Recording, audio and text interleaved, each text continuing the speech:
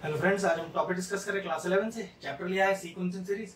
एक बहुत ही बेहतरीन क्वेश्चन लेके आए हैं, 4 मार्क्स की वेटेज रखता है। क्वेश्चन कह रहा है कि for what value of n the given expression is the geometric mean of a and b।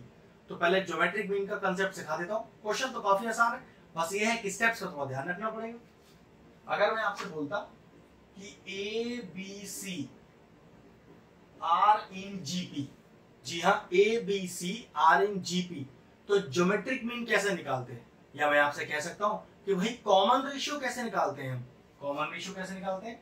b upon a divided by c upon b, cross multiply करो तो b square is equal to ac। और कह सकता हूं कि b का value हो गया अंडर रूट ऑफ ac।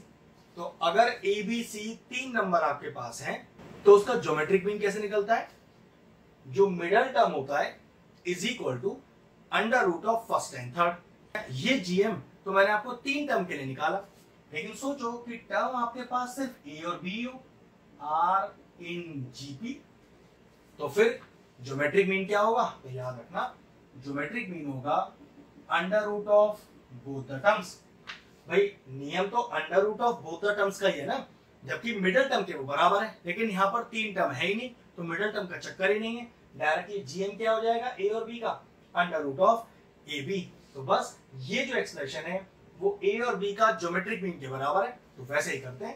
क्या लिखा मैंने कि ए की power n plus 1 plus B की power n plus 1 whole upon A की पावर n प्लस जी की पावर n बराबर है ए और बी के ज्योमेट्रिक मीन के, जो किसके बराबर है?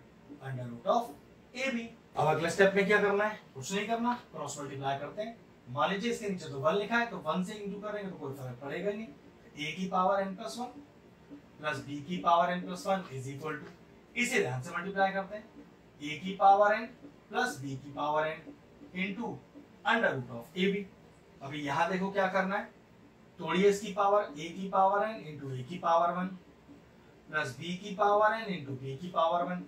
अब जरा ध्यान से मल्टीप्लाई करते हैं, a की पावर n से रूट ए बी का, b की पावर n से रूट ए बी का, तो a की पावर n ए बी की होल पावर हाफ लिख तो सकते हैं सर, प्लस b की power n into A B की होल पावर हाफ। अब देखो क्या लिखना है, a की पावर n को तो कुछ मत करो। ट्रिक ये है कि इस a की पावर 1 को क्या मैं देखो ऐसे तोड़ सकता हूं, a की पावर n इंटू a की पावर हाफ इंटू a की पावर हाफ। इसका फायदा आपको अभी दिख जाएगा। भाई 1 पावर है ना, जरा चेक करो क्या बेस सेम है और बीच में इनटू, तो पावर जोड़ सकते हो, तो हाफ प्लस हाफ 1, वही तो लिखा है। इसका मतलब ये टर्म ऐसे स्प्लिट हो सकता है। सेम यहां पर भी स्प्लिट करो, प्लस b की पावर n इंटू b की पावर हाफ इंटू b की power half is equal to, अब जरा सही से लिखो पहले, a की पावर n, a की पावर हाफ, b की पावर हाफ। ये जो हाफ पावर है ये a और b के साथ मैंने अलग अलग कर दिया, यहां पर भी वही करो, b की पावर n इंटू a की पावर हाफ इंटू b की पावर हाफ। अब मैं क्या करने वाला हूं, a की पावर n वाले टर्म एक तरफ, b की पावर n वाले टर्म एक तरफ, क्योंकि यहाँ पावर में देखो हाफ हाफ आ गया ना, इसलिए मैंने ये जो 1 पावर था इसको हाफ और हाफ में स्प्लिट कर दिया। चलो एक तरफ करो, तो a की पावर n, a की पावर हाफ, a की पावर हाफ, जरा a की पावर n वाला कर लिया, माइनस a की पावर n, a की पावर हाफ, b की power half is equal to, अब इस वाले को तो वही रहने दो, इसको उठा के उधर ले जाओ, तो कितना हुआ, b की पावर n, a की पावर हाफ, b की पावर हाफ, उधर लेके जाओ, माइनस b की पावर n, b की पावर हाफ और एक और b की पावर हाफ। अब चेक करो क्या यहां से और यहां से कुछ कॉमन तो नहीं आ रहा? गारंटी कॉमन आ रहा है, a की पावर n कॉमन आ रहा है, a की पावर हाफ कॉमन आ रहा है, तो क्या बचा, a की पावर हाफ माइनस b की power half is equal to, check करो वहां क्या कॉमन आ रहा है, b की पावर n कॉमन आ रहा है, और देखो b की पावर हाफ भी कॉमन आ रहा है, तो b की पावर n, b की पावर हाफ बचा क्या, a की पावर हाफ माइनस b की पावर हाफ। देखो दोनों साइड से कोई टर्म कैंसिल आउट हुआ, बिल्कुल कैंसिल आउट हो गया। बचा क्या आपके पास? आपके पास बचा a की पावर n इंटू a की power half is equal to b की पावर n इंटू b की पावर हाफ।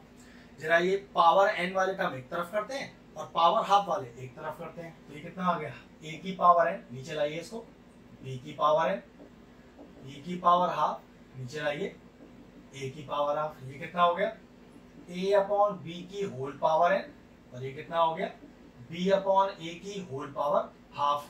अब दिक्कत है दोनों के बेस ही मैच नहीं कर रहे, तो भाई b बाई a है ना, तो इसको a अपॉन b लिख सकता हूं, लेकिन उसको अगर चेंज करना है a अपॉन b में तो पावर में एक माइनस लगाना पड़ेगा, तो a अपॉन b की whole power n is equal to a upon b की होल पावर माइनस का हाफ। अब चेक करो क्या बेस सेम हो गए, बिल्कुल सेम हो गए, बीच में इक्वल टू है, तो नियम क्या कहता है कि अगर बेस सेम हो, बीच में इक्वल टू हो, तो पावर हो जाती है बराबर, बेस हो जाते हैं गायब। ये लीजिए आ गया वैल्यू n का, n की n is equal to minus half, वही हमें निकालना था कि find the value of n। Question perfect एकदम सॉल्व हो गया। ढंग से इसको सीखिएगा, प्रैक्टिस कीजिएगा। अगर इस तरह के और इंटरेस्टिंग वीडियोस देखना चाहते हैं तो हमारे चैनल की प्लेलिस्ट में जाएं, वहां सीक्वेंस एंड सीरीज की सेपरेट प्लेलिस्ट बनी हुई है, जाके उसे चेक कर सकते हैं। उस प्लेलिस्ट को मैं एंड स्क्रीन में भी डाल दूंगा और सारी प्लेलिस्ट के साथ जाके उन्हें भी चेक कर लें। ये क्वेश्चन फिनिश हुआ, वीडियो फिनिश करते हैं।